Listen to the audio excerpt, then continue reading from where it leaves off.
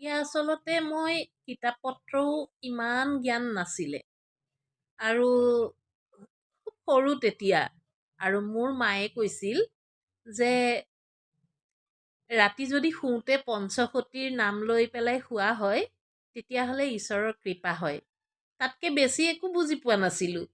তাৰপিছত মায়ে মোক পঞ্চসতীৰ নাম শিকাইছিলে।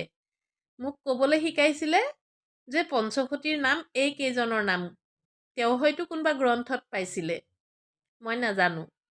কিন্তু মোক শিকাই দিছিলে পঞ্চসতীৰ নাম। সেয়া পঞ্চসতী হৈছে অহল্যা, দ্ৰৌপদী, কুন্তী, তাৰা, মুণ্ডাধৰী।